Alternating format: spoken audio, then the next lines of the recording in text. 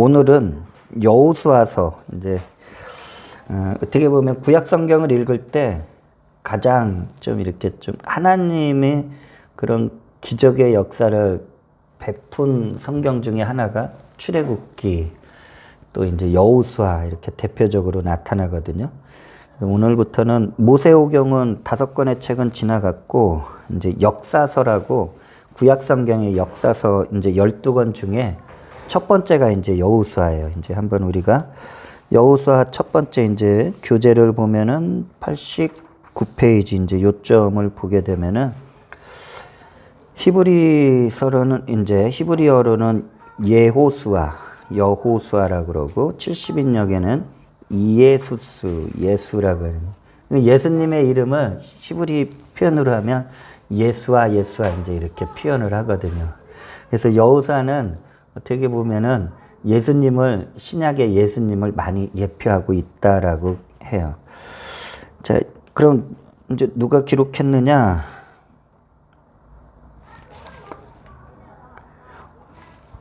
기록자는 이제 여호수아가 본인이 이제 기록했고요. 그러면서 주전 1300년경에 이제 그렇게 기록이 되어 있고 말씀 요절을 보게 되면은 여호수아서 1장 6절에 보면 강하고 담대하라 너는 내가 그들의 조상에게 맹세하여 그들에게 주리라 한 땅을 이 백성에게 차지하게 하리라. 하나님이 이제 직접 이제 여호수아를 만나시고 모세와 만나던 것과 같이 여호수아를 만나고 여호수아에게 있어서는 가장 중요한 것은 가나안 땅에 들어가는 그 사명이 주어지기 때문에 그 땅을 이제 차지할 수 있도록 해주시겠다라고 이제 말씀하고 있죠. 기록 목적을 보면은 여호수아를 왜 썼을까? 하나님께서 통치하시는 이제 이스라엘을 이제 이게 이스라엘의 역사를 이제 많이 이제 좀 나타내고 있기 때문에 약속의 땅, 하나님이 주시겠다고 하는 그 가나안 땅으로 인도하시는 과정. 이제 모세오경 5권의 책에서는 가나안 땅 앞에까지 이제 광야 생활을 지나서 왔지만 이제는 여호수아를 통해서는 이제 그 땅에 이제 들어가는 과정. 그것을 이제 상세하게 기록하고 있고요. 근데 솔직히 이게 성경학교 할 때 제일 많이 관심을 받는 부분이 여호수아일 수도 있어요. 왜냐면 누가 제일 많이 관심을 갖느냐? 땅에 관심이 있는 분들은 부동산업을 하시는 분들은 여호수아서를 좀 많이 이렇게 좀 관심을 가져요. 가나안 땅을 정복했지만 가나안 땅을 막 무분별하게 하나님은 그 이스라엘 백성들한테 주지 않고 그것을 제비 뽑아서 그 지파의 수요대로 땅을 적정하게 분배하는 그런 과정이 있거든요. 솔직히 저도 보면 아이고 우리 땅도 아닌데 잘 이해가 안 돼요. 어디서부터 어디까지 주겠다 하지만 우리나라 땅도 아니고 이스라엘 땅. 근데요 이게 만약에 우리가 이스라엘 사람이다라고 그러면은요 와 나한테 주시는 땅이 어디서부터 어디까지 이건 놓치지 않을 것 같거든요. 그런 과정으로 놓고서 한번 보면 될 것 같고요. 중심사상은 하나님께서 이스라엘을 출애굽한 목적이 가나안 땅 정복으로 성취됨을 이제 기록했다. 이제 성취가 되는 것을 보여주고요. 정복 전쟁에서 기적을 나타내시며 하나님의 신실하심으로 이제 증거한다. 그리고 약속의 땅에서는 평안과 안식을 누리기 위해서는 하나님과 무엇을 해야 되느냐? 예배가 이제 딱 중심에 세워져야 한다라는 것이죠. 자, 역사서라고 이제 제가 말씀을 드렸는데 역사서가 이제 성경에서 이제 구약 성경의 12권 중에 이제 첫 번째 책을 이제 여호수아로 정했는데 역사서는 이렇게 생각하시면 될 것 같아요. 모세오경에서 놓고 보면은 하나님이 민족을 택하시고 그 다음에 법을 주셨어요. 그러고 나서 이제 모세가 죽고 두 번째 지도자 이제 여호수아가 이제 세워지면서 여호수아를 통해서 하나님이 어떤 것을 이루시냐? 영토를 주시는 거예요. 땅을 줘야지 이제 이스라엘이라는 한 나라가 전 세계에 이제 딱 알려지게 되는 과정을 이제 보여주면서 하나님을 경외하는 나라로 모든 나라 가운데서 이스라엘을 이제 택하셨다라는 것이죠. 그 약속의 땅에서 이스라엘 백성이 어떤 삶을 살았는지를 여기선 또 상세하게 기록해요. 이제 여호수아 끝나고 사사기로 넘어가면은 이스라엘이 그렇게 하나님을 철저하게 믿는다 하지만 완전히 그냥 세상 사람들보다 더할 정도로 완전히 하나님을 떠나는 일들을 기록하고 있어요. 그래서 그 과정을 보면 첫 번째 하나님을 경외하지만 하나님을 잘 섬기지만 그 다음에 우상 숭배예요. 그리고 나서 이스라엘의 역사를 보면은 우상 숭배로 인해서 하나님이 그 이스라엘 백성들을 망하게 하셔요. 심판하시는 거. 그 전쟁에 패하고 그리고 포로 생활로 끌려가고 그리고 포로 생활이 딱 정해진 기간이 찼을 때 하나님은 또 이스라엘 백성들을 다시 가나안 땅으로 또 인도해 주시는 그런 과정이 역사서 전체에 흐르는 내용이에요. 그래서 어떻게 보면 지금은 역사서의 첫 시작이라서 하나님을 어떻게 믿느냐 그 믿음에 따라서 하나님이 막 엄청난 역사를 베풀어 주시는 걸 보여주는데 점점 역사서를 배울수록 어떻게 되느냐 이스라엘의 불신앙을 이제 보게 된다라는 것이. 그래서 역사서를 볼 때 예언자적인 관점으로 보는 그러한 이제 역사적 사실을 기록한 게 여호수아, 사사기, 이제 사무엘 상하, 열왕기 상하로 이제 이게 예언자적 이제. 그런데 제사장적 이제 하나님을 예배하는 관점에서 보는 관점에서는 이거는 이제 에스라, 느헤미야, 역대상하를 이제 또 따로 이제 여기서 구분할 수 있고요. 그리고 구원의 하나님, 그리고 뭐니 해도 죄악 가운데 또 우리의 그 공난 가운데 건져주시는 하나님을 이제 잘 나타낸 것이 무엇이냐? 룻기하고 이제 에스더를 통해서 보면은 이방 나라 포로로 끌려간 상태에서도 구원을 베푸시고 하나님을 모르는 이방 여인 이 룻을 통해 가지고 하나님은 또 구원을 베푸시는 과정을 이 역사서를 통해서 우리에게 신앙적인 도움을 준다라는 것이죠. 그 내용을 보면은 이제 90페이지 도표를 보면은 전체 여호수아서는 24장으로 658절로 구성되어 있어요. 크게 세 가지 주제를 가지고 이제 여호수아는 쓰여졌는데 첫째는 이제 여호수아를 통한 가나안 정복이 이제 아주 그냥 생생하게 이제 기록이 되고요. 두 번째 이제 각 이스라엘의 지파별로 땅을 분배하는 과정이 나오고 여호수아가 이제 노년의 마지막에 이제 자신의 삶을 회고하면서 이스라엘 백성들한테 꼭 해줘야 될 말을 이제 그때 이제 해줘요. 자, 이제 내용을 좀 더 들어가 보면은 첫 번째 이제 가나안 정복에 대해서 여호수아 1장부터 12장까지 이제 페이지 이제 91페이지에 나오는데 먼저 1장부터 5장을 보면은 가나안 전쟁에 대해서 정복을 위해서 준비하는 과정이 이제 나온다라는 것이죠.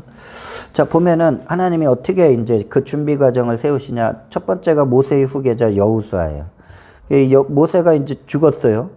그 반석을 명령했어야 되는데 내리쳐서 그것으로 인해서 불신앙으로 인해서 모세는 가나안 땅을 바라보며 죽었잖아요.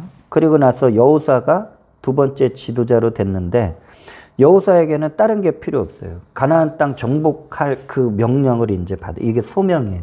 이제 우리들도 각자 이제 신앙생활을 하다 보면 하나님이 나한테 주신 소명을 깨닫게 될 때 이제 그 일을 이루고자 이제 여러 삶의 위치에서 이제 그 일을 이루어 나가는 것을 보게 되죠.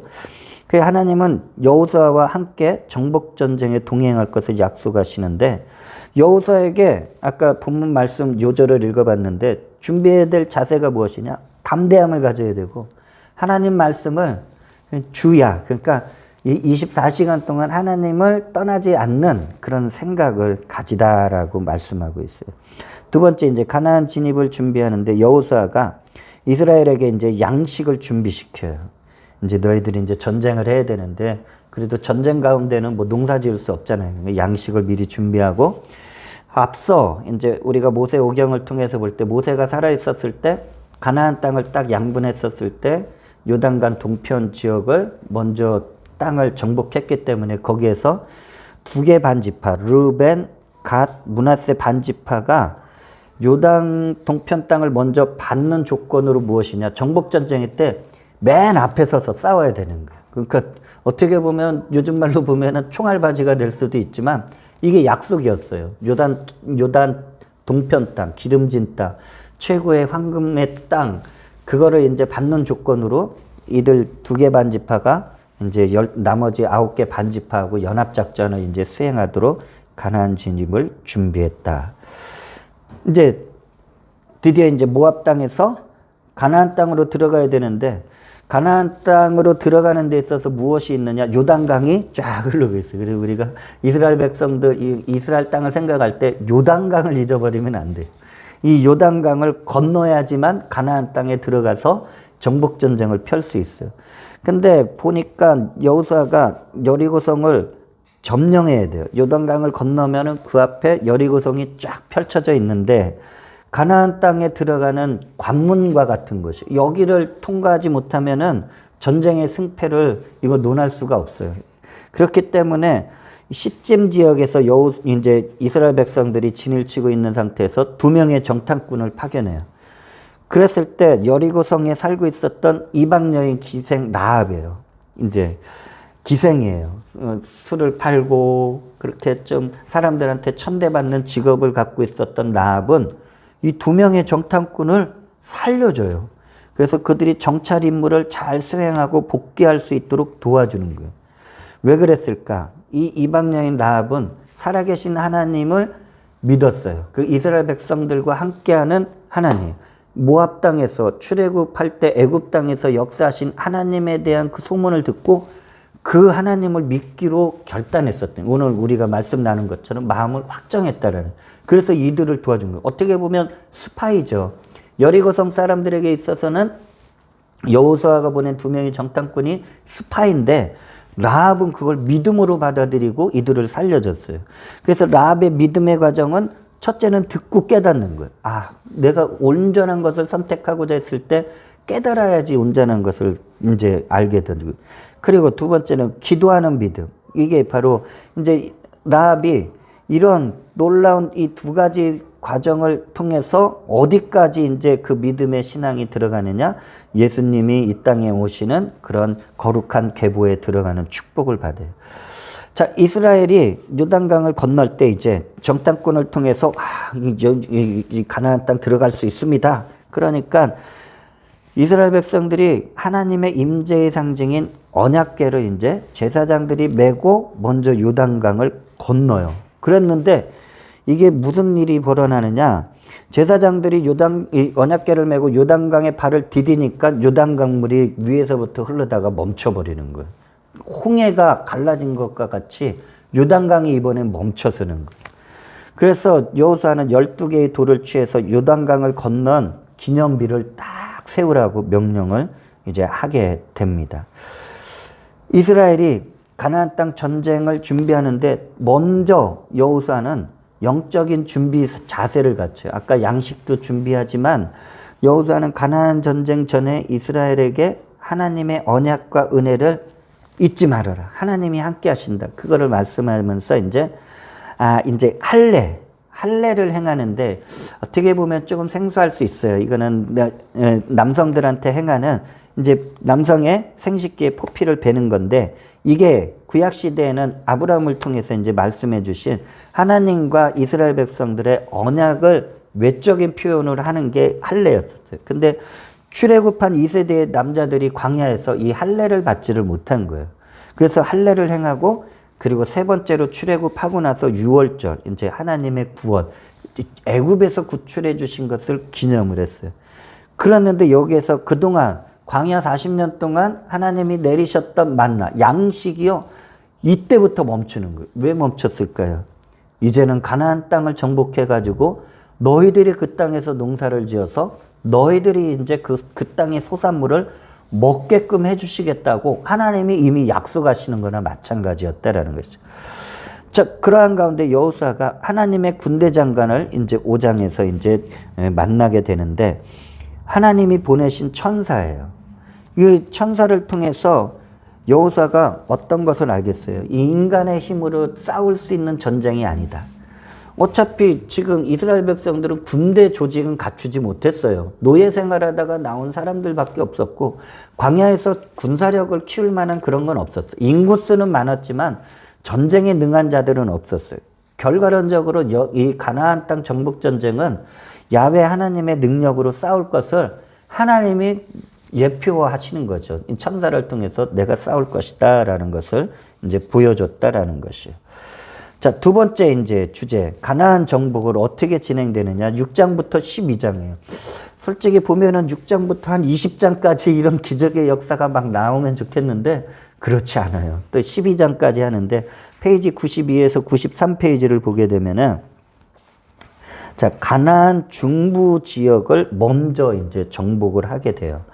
가나안 땅을 딱 우리가 정면으로 봤을 때 동편에서 치고 들어갈 때 허리에 관련된 중부 지역을 이제 먼저 이것을 이제 공략을 하게 돼요. 왜냐, 허리가 중심을 잃으면 나머지는 머리나 이제 그 하체 부위는 힘을 쓰지 못하거든요. 그래서 요단 서편 중부 지방의 관문인 여리고성 정복을 어떻게 승리하느냐? 하나님 말씀에 순종하면서 해요. 첫째, 제사장들이 법궤를 메고 나팔을 불어요. 그러면서 이스라엘 백성들이 6일 동안 이 여리고성을 하루 한 번씩 돌아요. 그리고 7일째 날에는 7번을 성을 돌고 나팔 신호에 따라서 크게 함성을 외치면 성이 무너질 것이다. 이게 바로 하나님 말씀이고 약속이었어요. 이걸 믿어야 되는 거예요. 이 믿지 않으면 가나안 땅에서 여리고성을 정복할 수 있는 이스라엘은 힘도 없었고 능력도 없었고 군사력도 없었고 장비도 없었어요. 이걸 믿었어요. 이때 믿음의 사람이었었던 기생 나앗과 가족들만 여리고성이 무너질 때 구원을 받아요. 왜냐? 하나님은 약속하신 것들을 이루어 주신 거예요. 우리들도 다 하나님의 약속 가운데 구원을 받았다는. 그리고 나서 중부 지역을 이제 정복하는데 가나안 땅 옆에 있었던 아이성을 공격하는데 갑자기 실패를 해요. 1차 공격에서 실패해요. 여호수아가 아주 그냥 마음이 막 큰일 난 거예요. 이게 정복전쟁에서 패하니까 왜 그런지 원인을 살피니까 아간이라는 사람이 여리고성을 점령했을 때 모든 것들을 다 하나님 앞에 바쳐야 됐었거든요. 하나님께 드리는 그것을 하나님이 정하셨어요. 근데 아간이 보니까 엄청나게 값진 물건이 눈에 띄는 거예요. 그걸 하나님께 안 드린 거예요. 그것을 숨겼어요. 자기 집 땅 파놓고서 거기다 묻어버렸어요. 그 물건을 도둑질했어요. 그리고 여호수아는 여리고성과 같은 큰 성도 공략해서 성공했기 때문에 하나님이 다 도와주실 것으로 믿었어요. 그런데 너무 자만했고요. 너무 교만해가지고 1차 공격에서 실패했어요. 그 아이성 2차 공격을 준비하는데 어떻게 하느냐. 여호수아가 제비를 뽑아요. 누가 과연 우리 이스라엘 진영에서 하나님 앞에 범죄한 일이 무엇일까? 제비를 뽑다 보니까 아간이 딱 뽑힌 거예요. 그래서 뽑혀서 그 가족과 모든 것들을 진멸해요. 이거는 죄에 대한 청산이에요. 아간은 이때까지 회개할 기회가 있었지만 회개를 안 하는 거예요. 그런데 여기서 중요한 것은 내가 한 사람이 죄를 지었어요. 그런데 이 한 사람의 죄가 다수의 사람들한테 영향을 준다라는 사실을 여기에서 지금 보여주고 있는 거예요. 자, 우리가 교회라는 공동체가 있고 집에 가시면 이제 집이라는 이제 가정이라는 공동체가 있어요. 우리가 신앙생활을 하면서 만약에 어떤 일들이 있어요. 그것이 만약에 왜 그랬을까? 원인을 성경적으로 찾다 보면 먼저 항상 자기 자신을 살피거든요. 그래서 내가 죄가 있나 없나? 그리고 내 가족들이 죄가 있나 없나? 어떤 공동체 안에 죄가 있나 없나? 그런 원인들을 성령을 통해서 깨닫게 해주실 때 그것을 회개할 때 하나님은 그 일에 대해서 그 회개를 받아주시고 또 회복해 주시는 역사를 나타내 주신다라는 것이죠. 그리고 나서 아이성 2차 공격할 때 하나님의 도우심으로 이제 승리하게 됐다라는 것이죠. 그리고 나서 이제 모세를 통해서 말한 에발산과 그리심산에서 너희들이 가나안 땅에 들어가면 하나님의 말씀대로 저주와 축복을 선포하며 하나님의 언약을 그 땅에 가나안 땅에 들어가서 갱신하라고 한 것을 이제 그것을 약속을 이스라엘 백성들이 지킵니다. 가나안 중부를 딱 정복하고 나니까 이제 여호수아가 북쪽이 아닌 가나안 땅 남부를 정복하는데 9장에서 10장에서 아주 연이어서 이렇게 나와요. 자, 가나안 땅에 이제 수많은 가나안 족속들이 있는데 그 중에 기브온 족속이 이스라엘 백성들을 보니까 두려운 거예요. 지금 소문에 의하면 가나안 땅에 사는 7족속은 이방 민족이었고 하나님 앞에 가증할 일들을 행하는 그런 족속이었기 때문에 하나님은 그들을 진멸하라고 했거든요. 그러니까 이제는 이스라엘 백성들과 전쟁을 치르면 그 뒤에 배후에서 역사는 하나님 때문에 전쟁에서 질 거를 알아요. 그게 죽게 생긴 거예요. 그러니까 이 기브온 족속이 두려워가지고 위장 전술을 펼치는 거예요. 그래서 여호수아에게 찾아가서 우리는 먼 나라에서 왔다. 우리는 고생고생해서 왔다. 이스라엘의 하나님을 경외한다면서 서로 불가침 죄약을 맺어요. 이게 여호수아가 하나님 앞에 이런 일들을 묻지 않고서 그냥 덜컥 계약을 맺어버려요. 결과론적으로 기브온 족속은 이제 가나안 땅에서 이스라엘 백성들의 종이 돼요.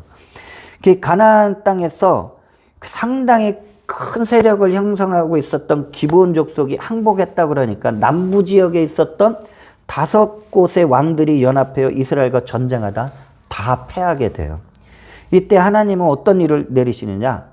우박을 그냥 엄청나게 큰 우박을 전쟁 가운데 막 쏟아내시는 거예요. 그리고 여호수아가 기도하는 거예요. 하나님, 이 지금 가나안 땅 남부 지역을 공략하는데 하나님 우리가 승기를 잡았습니다. 이게 밤이 되면은 할 수 없어요. 그러니까 태양이 멈춰달라고 하나님 앞에 기도하니까 하나님이 태양, 시간의 흐름을 또 멈춰버려요. 그래서 해가 중천에 떠 있는 동안에 모든 가나안 땅 남부 족속을 완전히 진멸하는. 그 성경에 보면은 우리가 믿음으로 바라보지 않으면 이게 정말 놀라운 일들이 하나님이 우리의 기도를 들어주시는, 시간을 멈춰주시는 거예요. 이게 무슨 지구의 자전과 공전을 이것까지도 이거를 하나님 주관하시는데 그것까지 멈춰서 적들을 진멸할 수 있도록 해주셨다. 이제 가나안 북부 정복 이제 11장에 나오는데 북부 지역은 하솔 왕 야빈을 중심으로 엄청난 동맹을 이제 형성해서 이스라엘과 전쟁하다가 똑같이 이스라엘과 함께하는 하나님 앞에 패하게 됩니다. 그래서 여호수아가 정복 사업을 이제 요약을 이제 11장 중반부터 이제 12장까지 하는데 여호수아가 거둔 승리에 대한 이제 승전 이제 그런 기념을 쫙 기록하게 돼요. 그리고 나서 요단 동편 점령 지역을 이제 딱 기록을 하고 요단 동서편에 이제 대적의 우두머리들 그런 진멸한 왕들을 기록을 해요.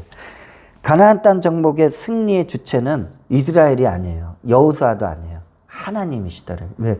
하나님이 도와주시고 하나님께서 대적을 물리쳐 주시에 승리할 수 있는 가나안 정복 전쟁이었다라는 것이에요. 여호수아가 이 지도를 잠깐 이렇게 보기만 해도 여호수아가 중심부부터 이제 공략을 하고 남부 지역, 북부 지역으로 이렇게 올라가서 전쟁을 치르면서 이제 사사기까지 이제 이게 연결이 되는 것은 정복 전쟁에서 다 이제 승리했지만 부분적인 이제 그 지역에 남아있는 가나안 족속들과의 전쟁은 사사기에서도 이제 부분적인 전투가 진행되는 상황을 이제 보여주고 있다라는 것이죠. 이제 땅의 분배, 이제 가나안 땅을 과연 어떤 지파가 어느 정도 차지할까? 첫 번째 요단 동편 지역 정착에 대해서 13장에 이제 나오는데 페이지 95에서 96페이지에 이제 나와요. 자, 하나님의 지시하심이 있었고 요단 동편의 땅을 이제 소개하고 분배하는데 여호수아 노년에 요단 서편의 미정복 지역에 대해서 9개 반지파들이 적극적으로 정복하라고 하나님께서 이제 말씀하셔요. 그러니까 정복 전쟁에서 전체 전쟁에서 승리는 했지만 부분적인 이제 지파들이 이제 여러 가지 일들을 다 이제 완전하게 정복하라고 하나님께서 독려하시는 거예요. 여호수아는 요단 동편에 이미 땅을 차지한 갓 지파, 루벤 지파, 므낫세 반 지파의 땅과 경계를 딱 알려줘요. 그래서 이제 가나안 땅까지 이제 침범하지 못하도록. 그런데 여기서 이제 땅을 분배할 때 여러분들 이제 이스라엘 백성들의 역사를 알 때 제일 중요한 건 레위 지파는 항상 따로 이제 생각을 하셔야 돼요. 왜냐하면 레위 지파는 땅을 못 받아요. 분배를 못 받아요. 하나님이 안 주셔요. 왜냐? 레위 지파는 이스라엘 모든 지파들을 대신해서 하나님만 섬기는 일을 해야 돼요. 그러니까 오늘날로 치면은 만약에 주의종은 지금 세상적인 일을 병행해서 하나님을 섬길 수 있는 그런 시간적인 그런 일들은 안 되죠. 그러니까 이때 구약시대에 하나님이 이스라엘 백성들 가운데 하나님을 섬기는 일, 성막을 세우고 나중에 성전을 세우고 거기에서 수없이 많은 여러 가지 예배의 업무를 감당하기 위해서 레위 지파를 이스라엘 모든 사람들을 대표해서 하나님을 섬기도록 해요. 그러니까 땅을 안 줘요. 다른 지파들은 다 땅을 받는데 레위 지파는 땅을 못 받아요. 그럼 레위 지파는 손해 나잖아요. 같이 싸웠는데. 왜 그랬을까요? 레위 지파는 하나님이 친히 기업이 돼요. 땅으로서 내가 너희들의 기업이 될 거야. 너희들 걱정하지 마. 너희들 먹고 살 거 걱정하지 마. 하나님이 모든 걸 공급해 주시오. 왜냐? 하나님의 일을 하기 때문에 이제 그렇게 된다라는 것이죠. 자, 요단 서편 지역 정착인데 이제 길갈이라는 지역에서 첫 번째 땅을 여호수아가 이제 분배하게 돼요. 하나님이 9개 반지파에게 제비를 뽑아서 땅을 분배하라고 하는데 이때 이제 여호수아서에서 아주 중요한 인물이 나오죠. 갈렙이라는 인물. 출애굽 1세대, 여호수아 같이 단 2명만 1세대 중에 광야 40년을 지나서 가나안 땅에 들어온 사람. 나머지는 다 죽었어요. 그의 자녀들만 이 가나안 땅에 지금 들어와서 정복전쟁에 승리했는데 갈렙만큼은 살았어요. 여호수아 같이. 그래서 헤브론이라는 아주 중요한 땅을 받아가지고 그 땅을 갈렙은 정복합니다. 그리고 나서 유다 지파가 가나안 땅의 남부 지역의 광활한 지역을 받아요. 그리고 나서 이제 요셉 자손인데 레위 지파가 하나님을 섬기는 지파로 빠지면서 요셉은 이스라엘 백성들이 애굽에서 번성할 수 있도록 애굽의 총리가 된 인물이잖아요. 그래서 하나님이 레위 지파가 하나가 빠질 때 바로 요셉 자손의 2명 에브라임과 므낫세를 하나의 각계 지파로 해가지고 12지파를 만들어요. 그러니까 레위 지파가 빠질 때 얘네 2개를 넣어서 12지파로 형성해서 실질적으로는 12지파, 레위 지파 이렇게 총 13개로 생각하면 됩니다. 이 요셉 자손은 그 가나안 땅 중심부, 중부 지역을 아주 에브라임과 므낫세 지파가 상당히 많은 땅을 받아요. 그만큼 이제 사람들의 숫자가 많았고요. 그리고 므낫세 지파 중에서 슬로보앗의 딸들, 여기서 이제 이때 고대 사회에서는 여성들에게 상당히 좀 많이 좀 좋지 않은 모습들을 보였어요.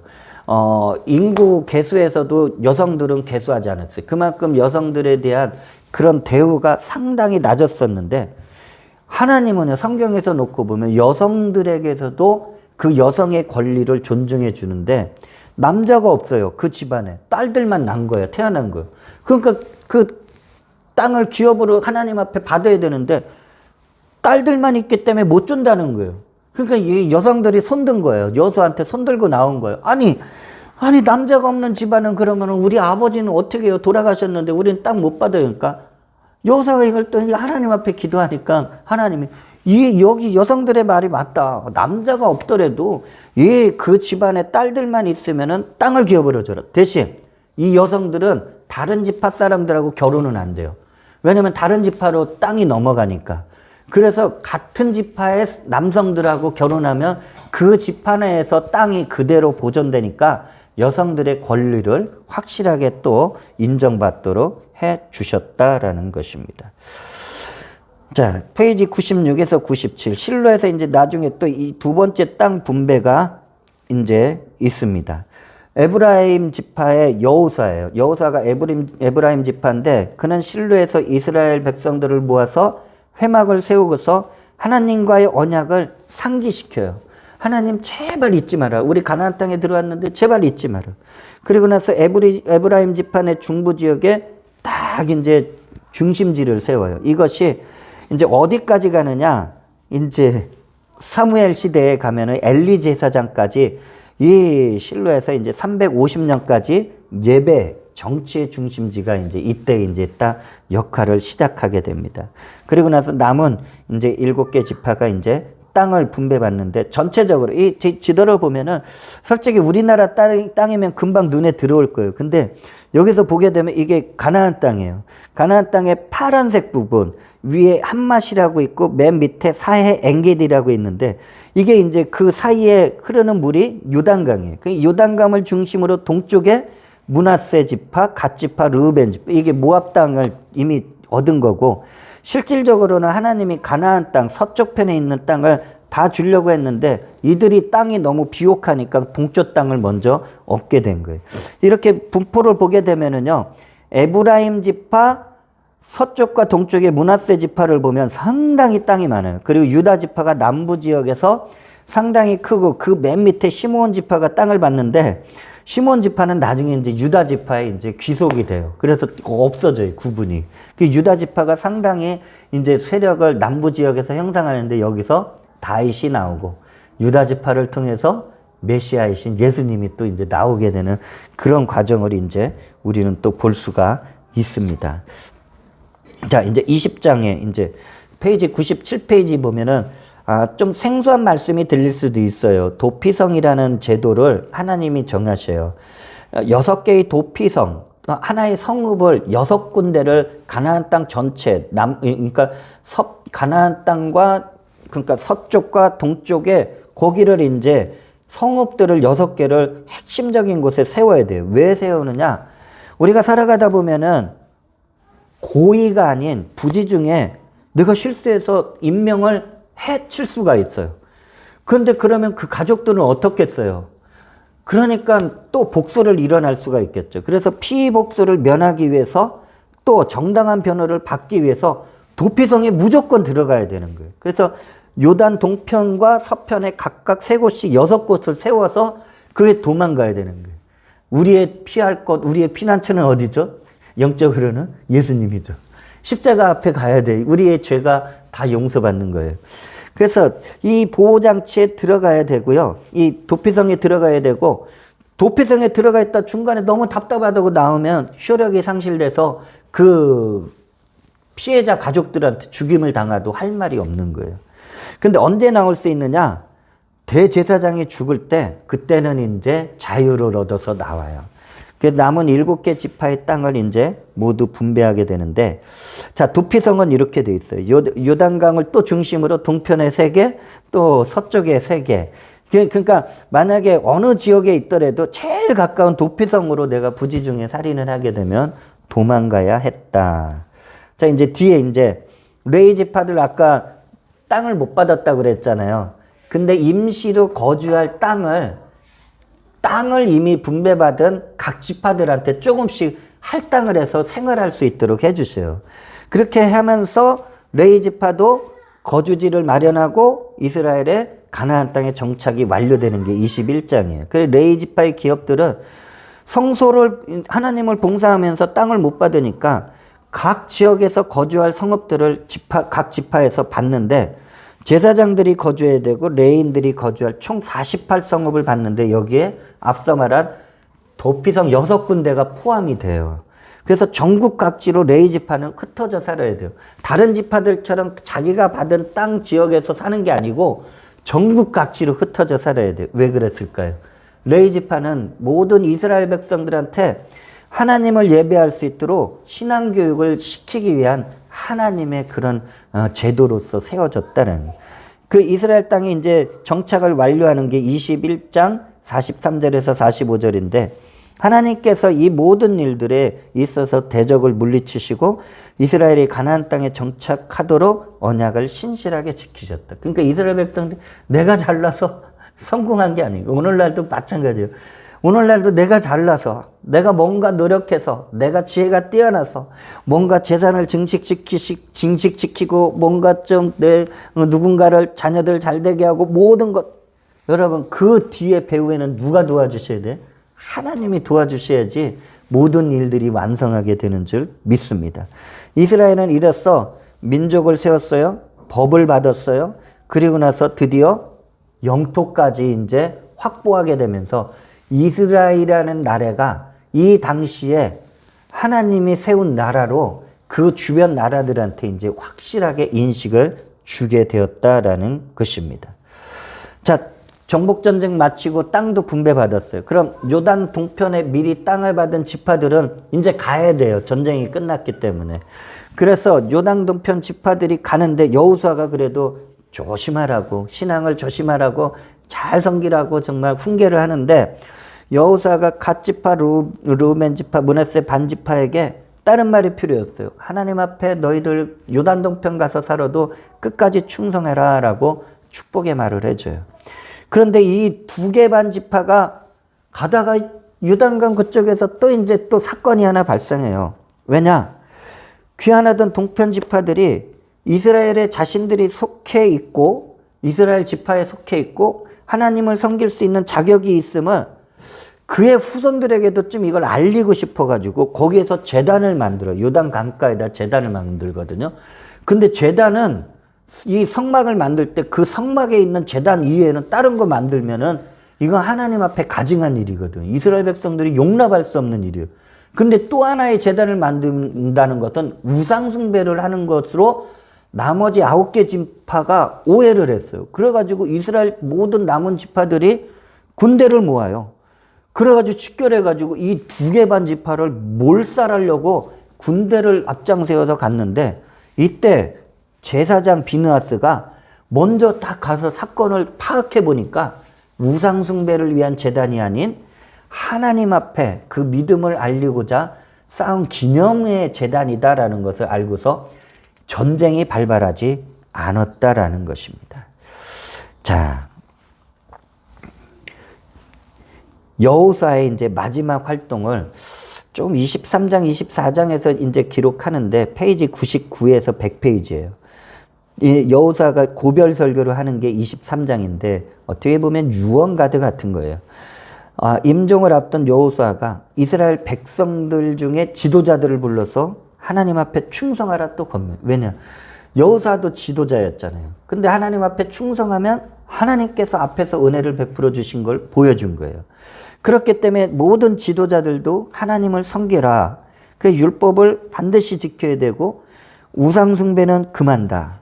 그리고 지금 아직 가나안 땅에 남아있는 가나안 이방 족속들과 혼인은 절대로 금지한다. 이게 굉장히 중요한 게 뭐냐면 혼인을 하게 되면은 그 혼인한 집안에서 무엇이 오느냐? 우상이 들어와요. 우상숭배의 죄가 들어와서 올무가 되기 때문에 혼인을 금지한다.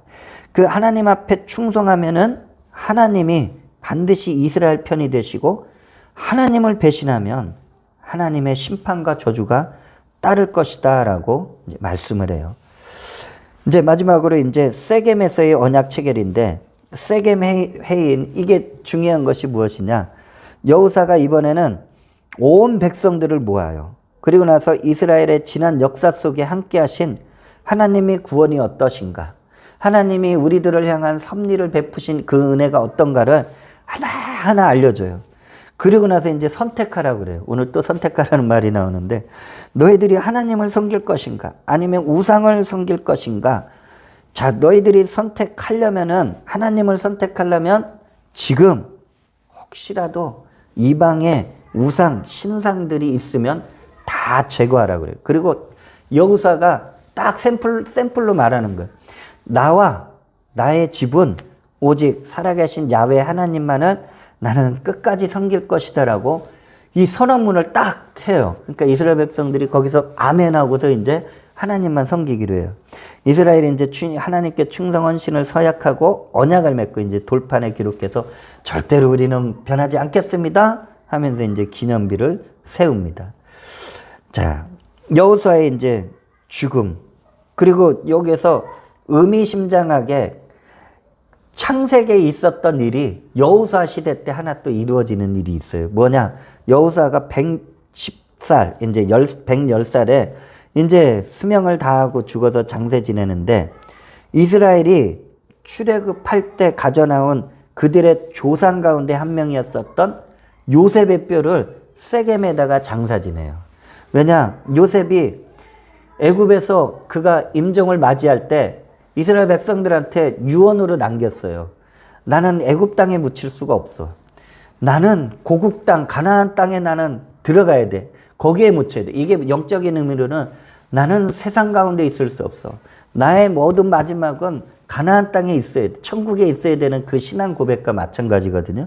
그 창세기 50장 25절에 요셉이 또 이스라엘 자손에게 맹세시켜 이르기를 하나님이 반드시 당신들을 돌보시리니 이게 가나안 땅으로 들여보낸다는 거예요. 당신들은 여기서 출애굽해서 나갈 때 내 이제 뼈를 이제 메고 올라가겠다 하라 했더니 그때 출애굽할 때 이스라엘 백성들이 막 경각 중에서도 누구 뼈를 갖고 나왔냐? 요셉의 유고를 다 챙겨서 나왔어요. 왜냐? 애굽의 총리였었던 그 요셉에 대한 그 은혜를 잊지 않고 언약을 잊지 않았기 때문에 그걸 갖고 나서 이스라엘에서 정복 전쟁하고 땅 분배하고 이제 여호수아 마지막 때에 이것을 약속을 언제 이루냐? 무려 출애굽하고 나서 406년 만에 이 일을 이제 이루어 나가는 거예요. 왜? 하나님의 땅에 묻혀야 되는 거예요. 우리는 하나님의 땅에 들어가야 되는 거예요. 우리는 세상에 있으면 안 되는 것을 보여준다. 결론적으로 이스라엘의 족장들에게 가나안 땅을 주신다고 약속하신 언약이 이루어지면서 출애굽의 모든 여정, 그러니까 모세 오경을 통한 출애굽의 여정 속에서 여호수아 시대에 가나안 땅까지 들어가는 여정이 딱 여호수아 시대를 통해서 마무리되게 되었다라는 것입니다.